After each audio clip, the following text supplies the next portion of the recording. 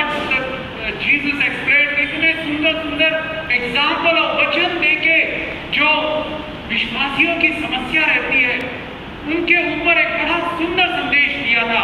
परंतु जब मैं यहाँ बैठा हुआ था, प्रार्थना कर रहा था, यीशु मैं क्या बोलूंगा, यीशु ने कहा वो अगली बार के लिए रखना और इस बार अपने देश के लिए प्रार्थना करना। हमारा देश का नाम क्या है? भारत है। और क्या एक और दूसरा नाम क्या है? हिंदुस्तान, इंडिया, है ना। तो बाइबल में जो हमारे हाथों में है, आपके हाथों में, कितने लोगों के पास बाइबल है? उठा लें। इसमें हमारे प्यारे प्यारे देश का नाम दिया हुआ है।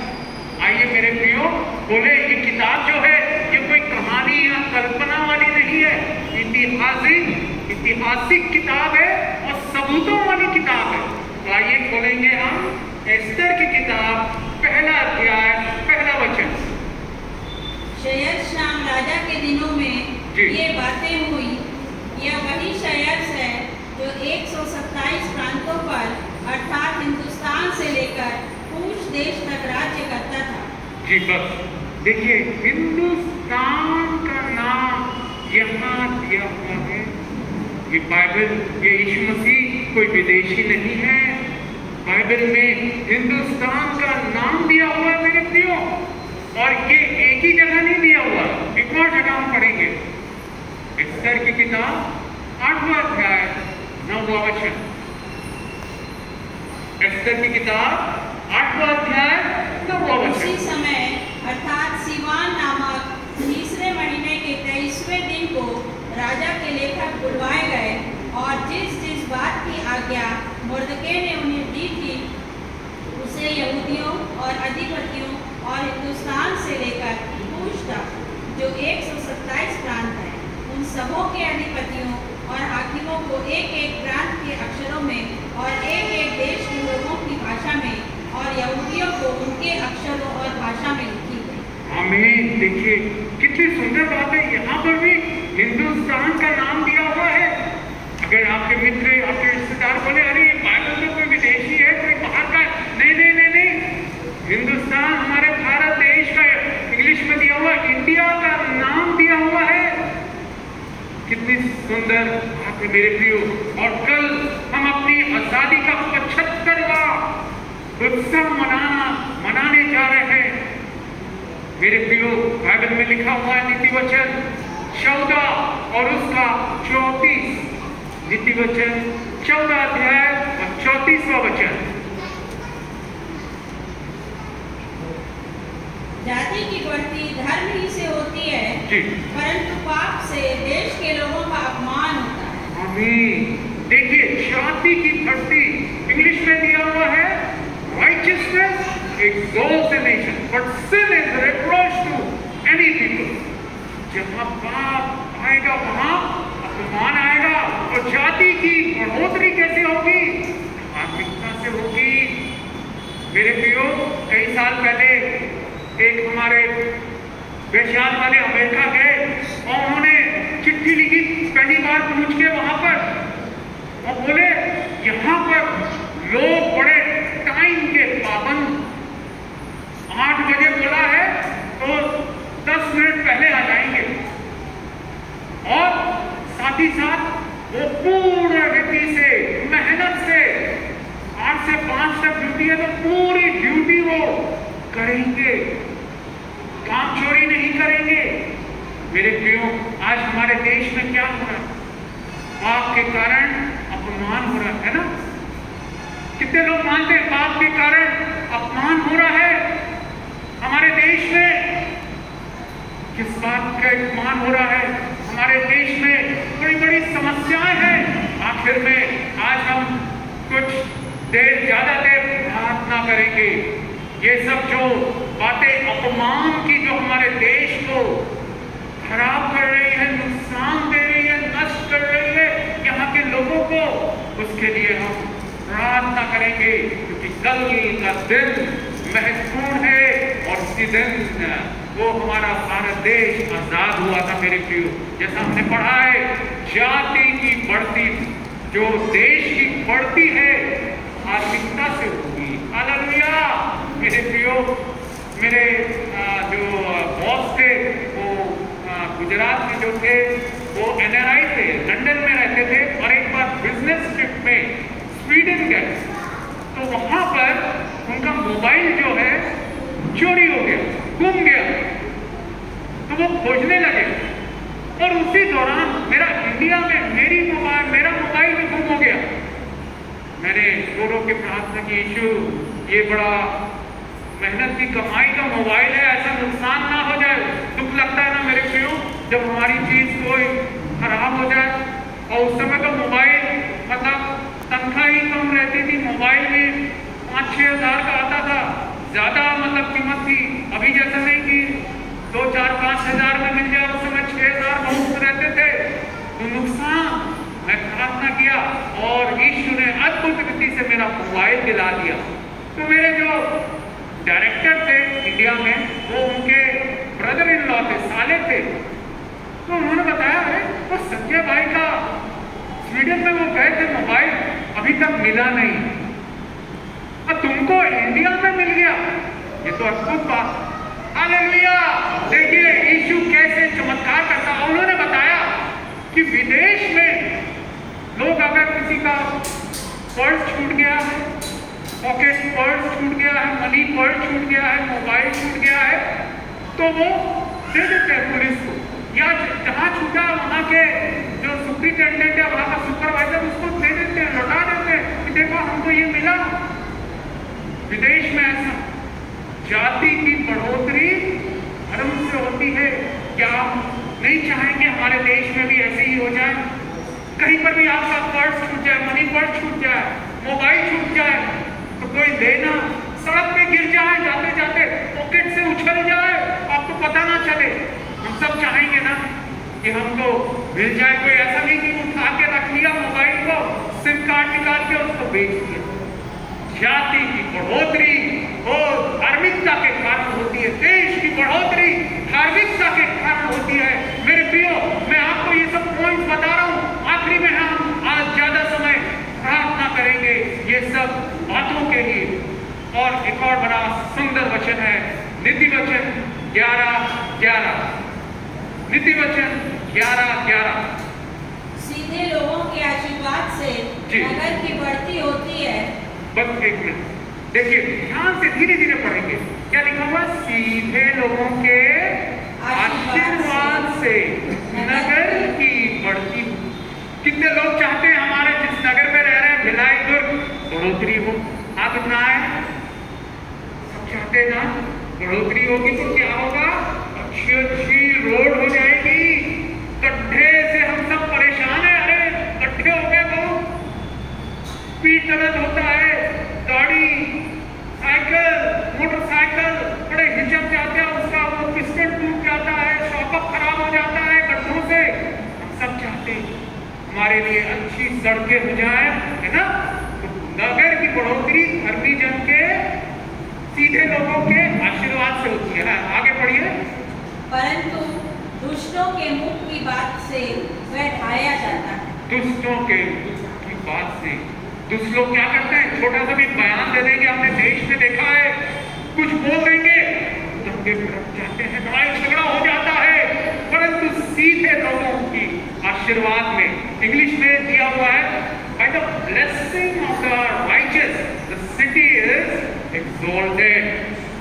धर्मी जन की आशीर्वाद से, एक और ट्रांसलेशन कहता है धर्मी जन के आशीर्वाद से नगर की बढ़ोतरी होती है। मेरे प्रिय, ये वचन जो है सच्चा है, परखा हुआ वचन है।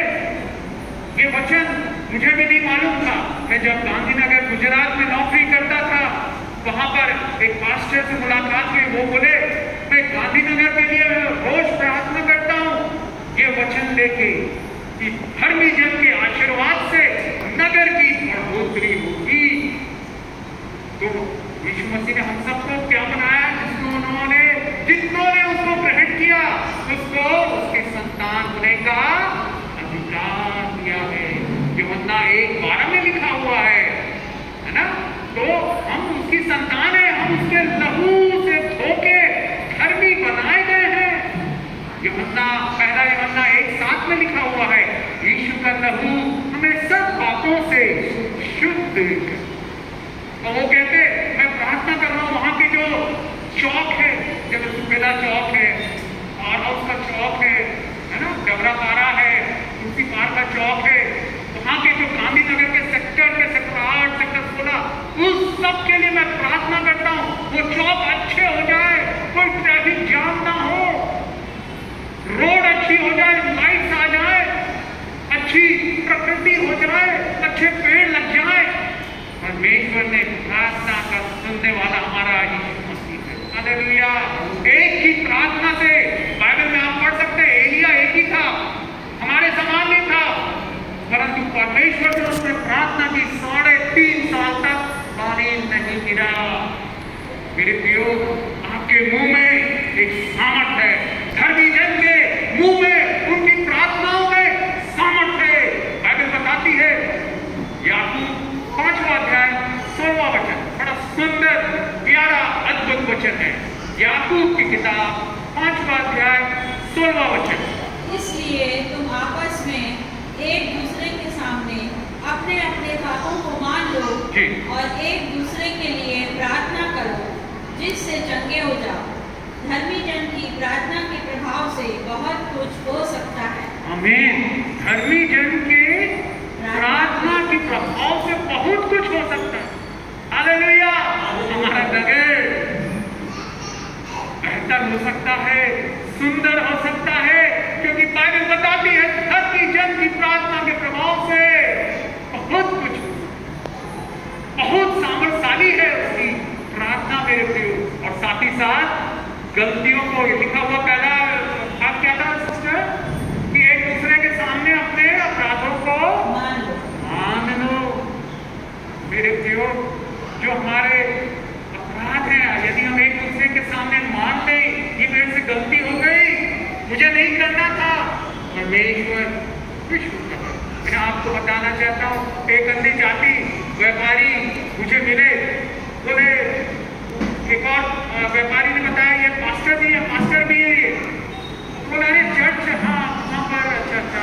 बोला मैं एक बार चर्च गया था और वहाँ पर मैंने कॉन्फेशन किया, अंगीकार किया।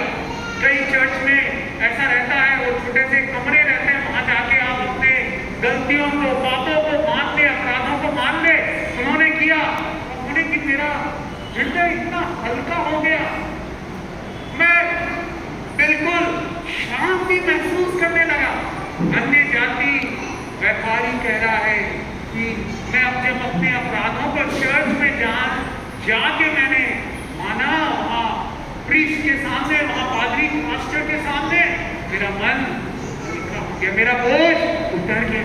मेरे प्रियो, यदि आज आप ऐसे बोझ से परेशान हो सकता है, पुरानी आपने कुछ पाप अपराध किए हो, दिल में आज भी उस बात का दर्द है, भाव है, पीड़ा होती है, हाय मैंने ये गलती की है, मान दे, दूसरों के कदमों के सामने स्वीकार करने, परमेश्वर की शांति आपके दिलों में आ जाएगी।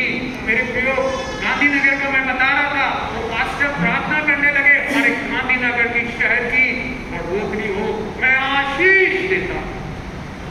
कुछ साल बीत गए, वो प्रार्थना करते रहे, दिख नहीं रहा था ऐसा कुछ होगा, परंतु 2 साल पहले, 2-2.5 साल पहले मुझे यीशु ने गांधीनगर में, जहां मैं था वहां कलीसिया जाता था, वो बड़ी कलीसिया हो गई, 10 लोग थे जब मैं था, अभी करीब 300 लोग आते हैं वहां पर। और वहां प्रचार के लिए मुझे बुलाया गया, और जब मैं जा रहा था वहां की सड़कों से, ऐसा लग रहा था जैसे मक्खन मलाई की सड़कें। और सुबह के समय में वॉक के लिए भी जाता था। अरे मैं जहाँ रहता था वो किराए का कमरा, कहाँ वो सेक्टर था, वो वहाँ पर देखने गया मैं, पैदल चलते हुए वॉकिंग में मैंने देखा मक्खन मलाई जैसे सड़कें। और वहाँ के एक एल्डर भाई से मैंने पूछा चर्च के, ब्रदर ये तो बहुत ही सुंदर यहाँ की सड़कें हो गई, एक भी गड्ढा नहीं है, ऐसा लगता है कोई विदेश में आ गए। वो बोले हाँ, यहाँ के गुजरात के मुख्यमंत्री मोदी जी थे, अभी प्रधानमंत्री बन गए, तो वो जो भी देशों में जाते हैं, सिंगापुर में, अमेरिका में, यूएई में, अच्छी अच्छी चीजें, जो वहां की अच्छी अच्छी टेक्नोलॉजी है वो ले आते हैं और यहाँ लोगों को बोलते हैं, अधिकारियों को बोलते हैं कि उसको इस्तेमाल करो, उसको इम्प्लीमेंट करो। उसके कारण बहुत ही सुंदर सड़कें हो गई। मक्खन मलाई एक गड्ढा आपको नहीं मिलेगा। भारत देश की बात बता रहा हूं मेरे प्रियो। आप सोच सकते हैं भ्रष्टाचार है, कभी ऐसा हो ही नहीं सकता। नहीं, अब जाके देख लीजिएगा। और साथ ही साथ नगर की बढ़ोतरी हुई। आज वो मास्टर बता रहे थे हेयर कटिंग के लिए कितना लगता है मालूम है? यहाँ पर कितना लगता है? 100 रुपए लगता है हेयर कटिंग। नाई की दुकान में जाते हैं ना आप लोग, कितना लगता है? 100 रुपए लगेगा, 200 रुपए, हाँ 40 रुपीज भी लगता है। बड़ी दुकान में जाएंगे तो 100, 200, 300 ज्यादा। वहां बताए 700 रुपए लगता है, क्योंकि उन्नति हो गई। IIT खुल गई, इंस्टीट्यूट खुल गया, फैशन टेक्नोलॉजी का इंस्टीट्यूट खुल गया, कॉलेज खुल गया, नेशनल इंस्टीट्यूट ऑफ डिजाइन खुल गया, Dhirubhai Ambani institute of engineering Ambani का कॉलेज खुल गया। ऐसा करके पूरे नगर की बढ़ोतरी हो गई। तो आज मैं सोचता हूं, अगर मेरे मम्मी पापा आए थे उस समय, बोल रहे थे यहाँ एक मकान ले लो। अगर वो मकान, वो बता रहे थे मास्टर, यहाँ पर जो पहले 20 लाख का मकान था, आज वो 20 करोड़ का हो गया। नगर की बढ़ोतरी, धर्मी की, वो मास्टर रोज प्रार्थना करते थे। और आज जो आपने न्यूज भी सुना होगा, जो पूरे एशिया का बड़ा फाइनेंशियल हब है, गिफ्ट सिटी, वहां गांधीनगर में खुला। हमारे भिलाई में भी ऐसा ही इश्यू कर। धर्मी लोग अगर प्रार्थना करेंगे, मेरे भिलाई को, मेरे दुर्ग को, मेरे छत्तीसगढ़ को, मेरे भारत को आशीष दे, बढ़ोतरी होगी। हालेलुया, आपकी आमदनी बढ़ेगी, सड़कें साफ सुथरी हो जाएंगी, चिकनी हो जाएगी, और जो मक्खन मलाई जैसे आपको आशीष मिलेगी। कितने लोग प्रार्थना करना चाहेंगे अपने देश के लिए? हाथ उठाए। हालेलुया, रोज प्रार्थना कीजिए। जब गांधीनगर की तस्वीर बदल सकती है, और पर्यावरण भी, कितने पेड़ हैं, एशिया का सेकंड ग्रीनेस्ट सिटी हो गया। 27 पेड़ एक व्यक्ति पर। एक व्यक्ति है, अगर संख्या वहां 5 लाख लोग हैं तो करीब उससे 27 मल्टीप्लाइड बाय 5, आप अगर समझ लें 30 से, तो 30,000 पेड़, 27 ट्रीज पर पर्सन। एक व्यक्ति के हिसाब से 27 पेड़ है। पूरी हरियाली, कितने लोगों को हरियाली अच्छी लगती है? आप लोग जाते हैं ना पिकनिक में, मैत्रिका, ओ जंगल, कितना सुंदर लगता है। हमारा भिलाई शहर भी ऐसा ही हो सकता है, हमारा प्रदेश छत्तीसगढ़ भी हो सकता है, हमारा देश, भारत देश यीशु जो उसको प्यार करता है, पसंद करता है। मैं अभी कुछ दिनों पहले सिंगापुर गया था, वहां जाके मेरी आंखें फट गई। अरे इतना सुंदर, इस वहां की सड़कें और वहां की जो लोग हैं एकदम साफ सुथरा। क्यों? पेड़ का भी ऐसा लगता है, अरे कौन से पेड़ है, इसमें कोई भी पत्ता, सूखा पत्ता गिरता नहीं है। पता चला वो लैंडस्केपिंग का सरकार देती है। इतनी सुंदर, आपको एक पत्ता भी गिरे हुए नहीं मिलेगा। मैं सोचने लगा, अरे ऐसा वाला पेड़ तो मैं इंडिया जरूर ले जाऊंगा, मैं मांगूंगा, बोलूंगा मैं इंडिया में भी लगाऊंगा। और करीब मैं वहाँ कई वहाँ जगह पास में गया तो मैंने देखा, अरे ये पेड़ तो मेरे घर में भी है। कोई बाहर के पेड़ नहीं थे, मगर वो ऐसा साफ सुथरा शेप में रखते हैं, जैसे हमारी जंगालें कई सड़क पे बढ़ जाती हैं, बिजली के तार से टकराने लगती है, लोगों जो सड़कों है उस पर छा जाती है, लोग टकराने लगते हैं। वहां पर नहीं, थोड़ा सा भी बढ़ा, एक ही शेप में, एक ही वो स्वरूप में उसको काटा। मेरे प्रियो, हम सब चाहेंगे ना ऐसा हो जाए। यीशु कर सकता ऐसा, अगर हम प्रार्थना करने लगे धर्मी जन के वो आशीर्वाद से नगर की, प्रदेश की, देश की बढ़ती होती है। हालेलुया। आपकी बढ़ती होगी, आपकी बढ़ोतरी होगी, आपके बच्चों को नई नई अच्छी नौकरियां मिलेंगी, उद्योग मिलेंगे, नए बिजनेस व्यापार आएंगे। हालेलुया। और एक और वचन कहता है भजन संहिता 33वां अध्याय और उसका 12वां वचन। भजन संहिता 33वां अध्याय उसका 12वां वचन। क्या ही धन्य है वह जाति जिसका परमेश्वर यहोवा है, और वह समाज जिसे उसने अपना निज भाग होने के लिए चुन लिया हो। हालेलुया। क्या ही धन्य है वह जाति जिसका परमेश्वर यहोवा है, और वह समाज जिसने उसने अपने निज भाग होने के लिए चुन लिया। मेरे प्रियो, हमारा समाज, हमारा देश आशीषित हो जाएगा यदि हम प्रार्थना करेंगे। जैसे वो गुलामी से, अंग्रेजों की गुलामी से 75 साल पहले भारत देश आजाद हुआ, वैसे ही यीशु मसीह हमारी आत्मिक रूप से हमको आजाद करना चाहता है। लोग, हमारे देशवासी, हमारे प्रदेशवासी, हमारे नगरवासी, रोज आप समाचार में पढ़ लीजिए, बंधनों से बंधे हुए हैं, चीन से बंधे हुए हैं, जंजीरों से बंधे हुए हैं। क्या क्या जंजीरें हैं? पाप की जंजीरें, नशे की जंजीरें, लड़ाई झगड़ा, नफरत की, हिंसा की जंजीरें, व्यभिचार की जंजीरें, लालच की, लोभ की जंजीरें, भ्रष्टाचार की जंजीरें, उन सबसे कौन आजाद करेगा? एक है जो देश को हमारे बदल सकता है, प्रदेश को बदल सकता है, नगर को बदल सकता है। ये इंपॉर्टेंट, बहुत ही महत्वपूर्ण वचन, नीति वचन 11 याद रखिएगा जिंदगी में। आपका नगर, जहां कहीं भी आप जाएंगे, हो सकता है आप जहां रह रहे हैं लोकेलिटी में सड़क नहीं है, कच्ची सड़क है, लाइट नहीं है, रात को अंधेरा हो जाता है, कुत्ते गाय लोग परेशान कर रहे हैं। क्या ऐसे ही मोहल्ले में रह रहे हैं?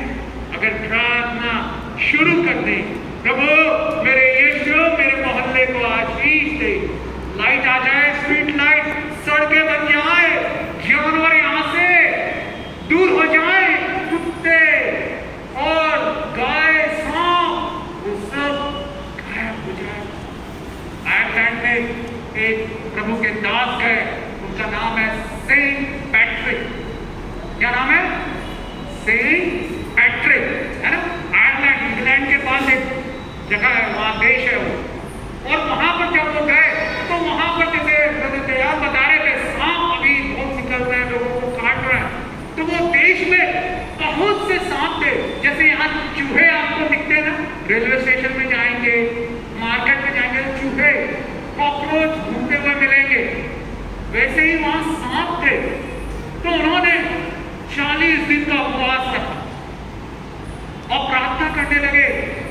यीशु ने कहा, तुम सारे जगत में जाके सारी जातियों को चेला बनाओ, वहां सुसमाचार प्रचार करो। तो वो कहने लगे कि इंग्लिश में लिखा हुआ ऑल क्रिएचर्स, सारी सृष्टि को, उसमें जानवर भी है। तो मैं प्रार्थना करता यीशु के नाम से, ये सांप जो है दुश्मन है, शत्रु है, जो लोगों को काटता है, उनको मृत्यु की वादी में ढकेल देता है, मैं प्रार्थना करता यीशु के नाम से भागो। यीशु मसीह ने क्या कहा है मरकुस 16:17 में? जो मुझ पर विश्वास करता है, देखिए पढ़िए मरकुस 16:17।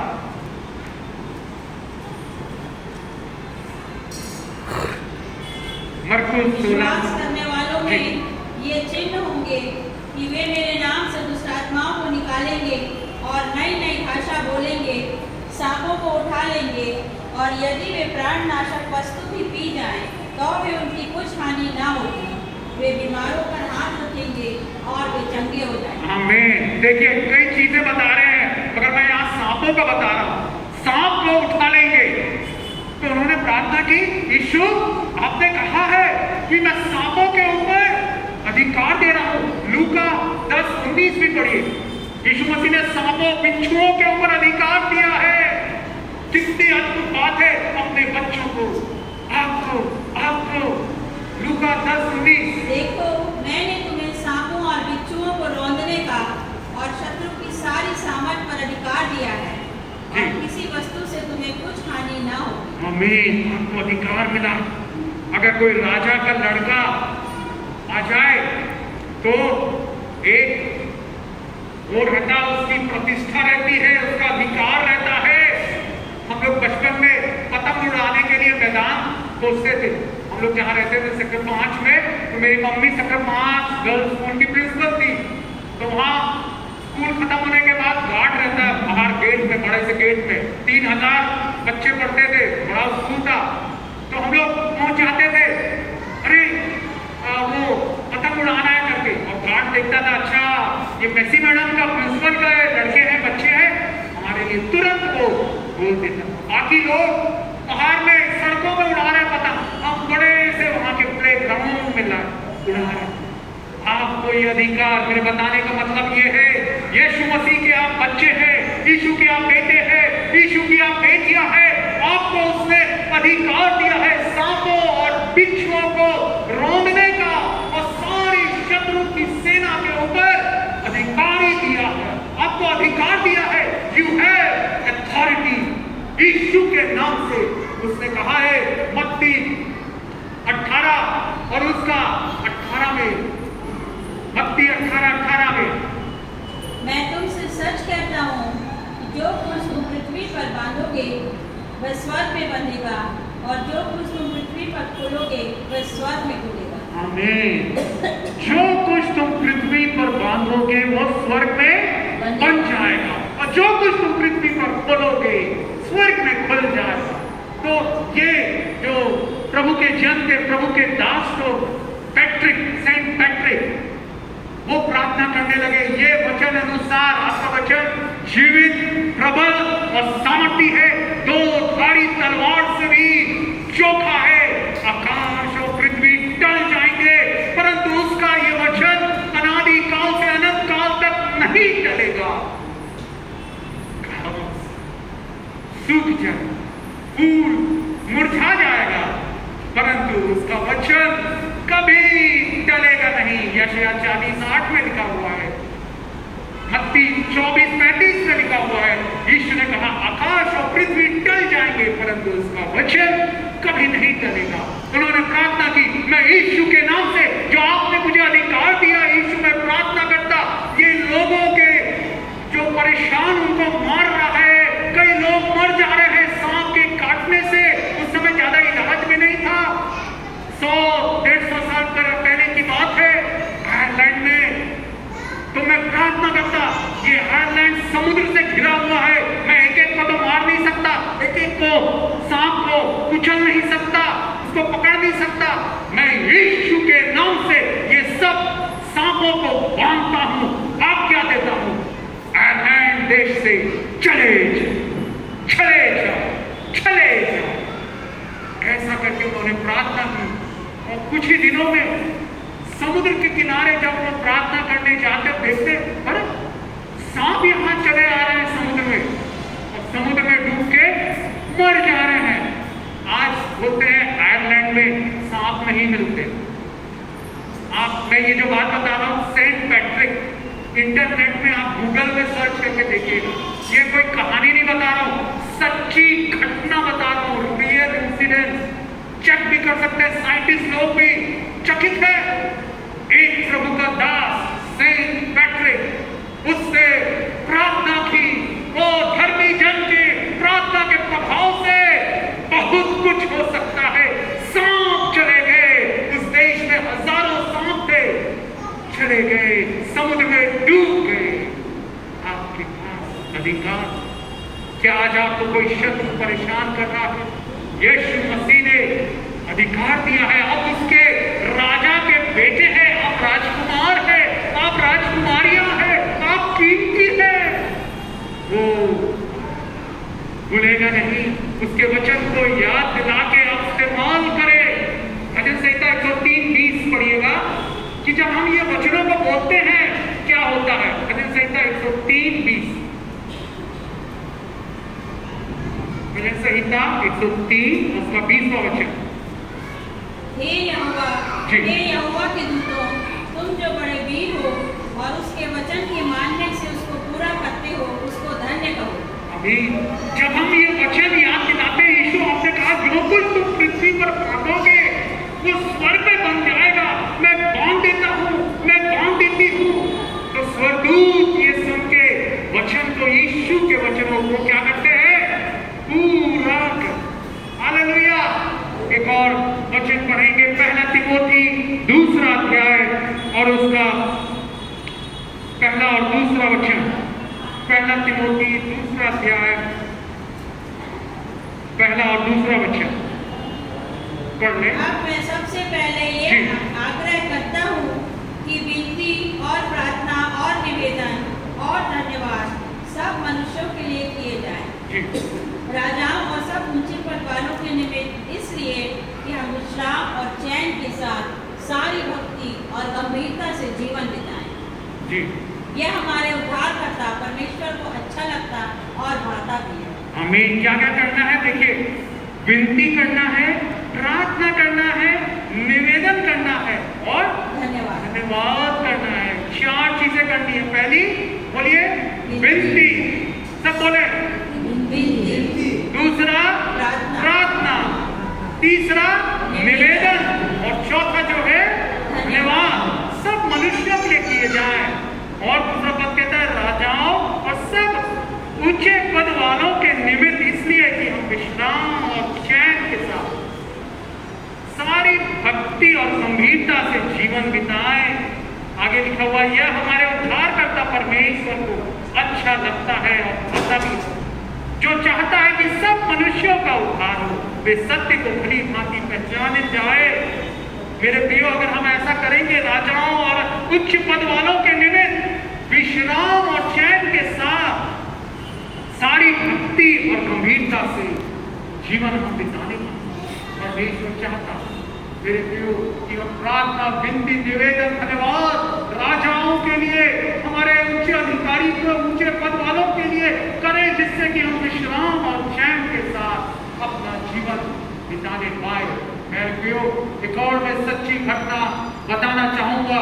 आप सोच सकते हैं आज हमारे देश की स्थिति बहुत खराब है, भ्रष्टाचार हो रहा है, चोरियां हो रही हैं, हत्याएं हो रही हैं। क्या बदल सकता है? लोग यीशु को नहीं जानते, क्या ऐसा बदल सकता है? जी हाँ, बिल्कुल बदल सकता है। AD 312 में यूरोप में एक राजा बना, उसका नाम कॉन्स्टेंटाइन। और जब वो राजा बना, सारे देश वहां लड़ाई झगड़ा, आसपास के लड़ाई झगड़ा हो रहे, वहां युद्ध हो रहे। और उसके ऊपर जैसे ही वो राजा बना, आक्रमण हो गया। 10 लोगों की शक्तिशाली सेना आक्रमण कर दी। वो डर गया, कुछ समझ में नहीं आ रहा क्या करे।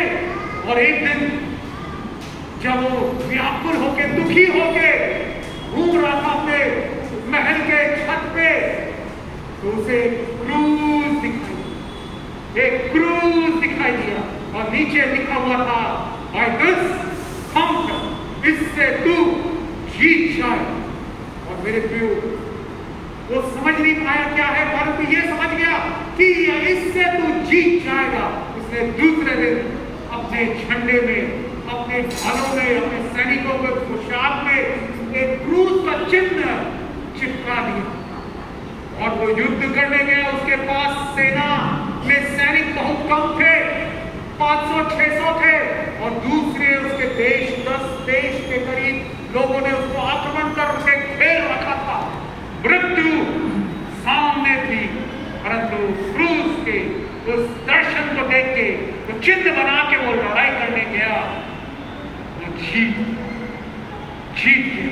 और उसके कारण उसने अपनी मां क्वीन हेलेना को बोला, जाओ उस यीशु के बारे में जो क्रूस पर चढ़ा, उसके बारे में पता करो और उसकी माता क्वीन हेलेना, रानी हेलेना इजराइल आई और उसने यीशु के कब्र को, यीशु के क्रूस को ढूंढा और वहां पर बड़े सुंदर सुंदर कलीसियाएं बनाए और उसने बोला अब से मैं यीशु को मानता हूं और ये जो मसीही धर्म है राजकीय धर्म होगा, पूरे राष्ट्र का धर्म हो जाएगा, सब यीशु को माने जाने।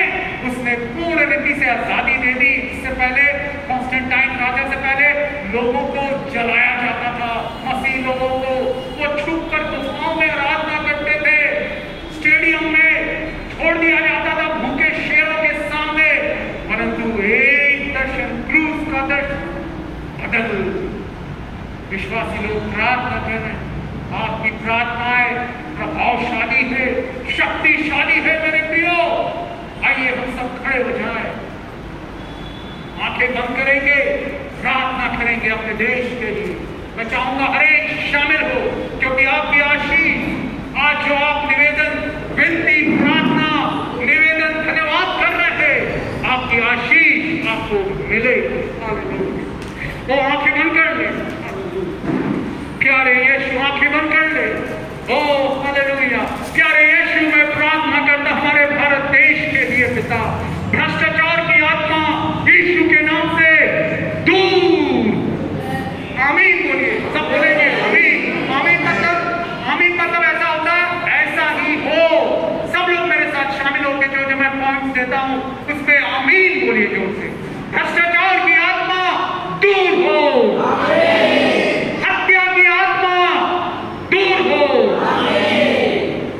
लालच की आत्मा दूर हो, व्यभिचार की आत्मा दूर हो, नशे की आत्मा दूर हो, ड्रग्स और अनैतिक संबंध, परिवार में फूट, लड़ाई झगड़ा, तलाक,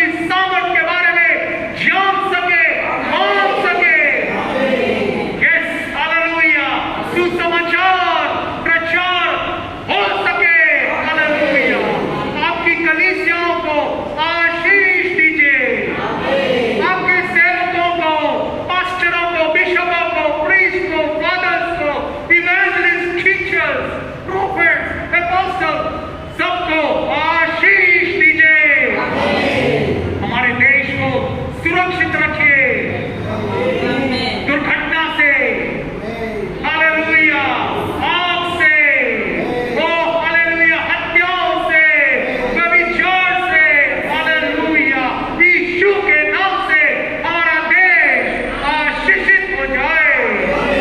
आमीन, हालेलुया।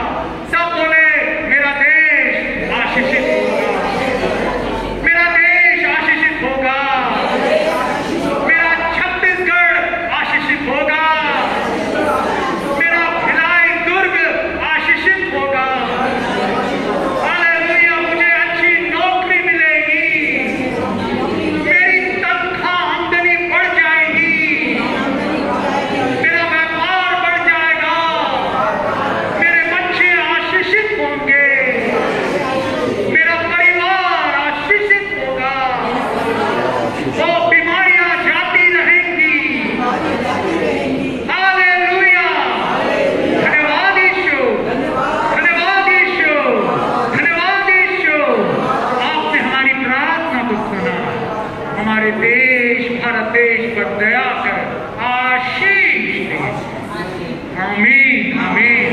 आप लोगों ने अपने देश के लिए प्रार्थना की है, एचकेएल 9:4 में लिखा हुआ है, जो लोग अपने देश के लिए रोते हैं, विलाप करते हैं, जो पाप अपराध हो रहा है, उनके परमेश्वर ने उनके माथे पर एक चिन्ह बना के रखा है, आपके ऊपर चिन्ह बना के रखा हुआ है। You are a mom, special लोग हैं, विशेष लोग हैं, क्योंकि आज आपने प्रार्थना की है अपने देश के लिए, अपने नगर के लिए, और परमेश्वर आशीष देगा, बढ़ाएगा, आप भी बढ़ेंगे।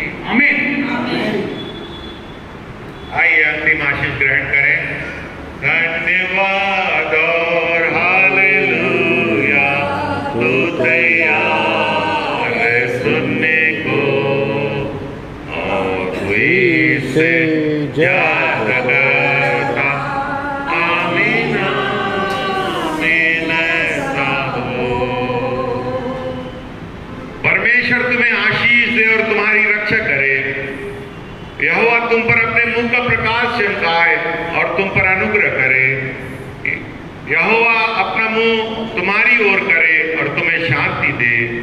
अब हमारे परमेश्वर पिता का प्रेम और प्रभु यीशु मसीह का अनुग्रह और पवित्र आत्मा की शांति और सहभागिता इस कलीसिया के साथ और इस कलीसिया से जुड़े हुए हर एक सदस्यों के साथ आज से लेकर युगान युग तक होती रहे।